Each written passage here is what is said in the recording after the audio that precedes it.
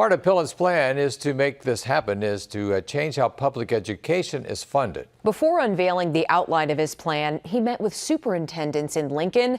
Our Bella Caracta shares some of their concerns. $3 billion. That's how much school districts collected in property taxes to fund their budgets last year, according to Governor Jim Pillen. His plan shifts the responsibility of funding public education from property taxpayers to the state. Constitutional obligation is crystal clear. We, the state, are responsible for educating our children.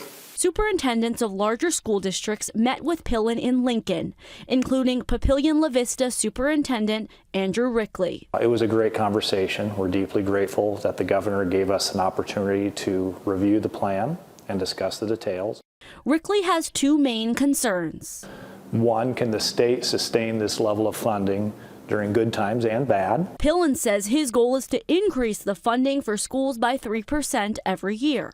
Rickley's second concern? Since the state is taking on the lion's share of funding, what does that mean for local control? Rickley wants school districts to maintain their authority and autonomy. Senator Lou Ann Linehan, a supporter of Pillen's plan, says local control won't be impacted. It will still have school board members who can focus on students. The devil's in the details, so I think there will be additional questions that both our board members will want answered, as well as our state senators as they begin the special session. Pillen's special session on property taxes starts next Thursday. On your side, Bella Caracta, 6 News.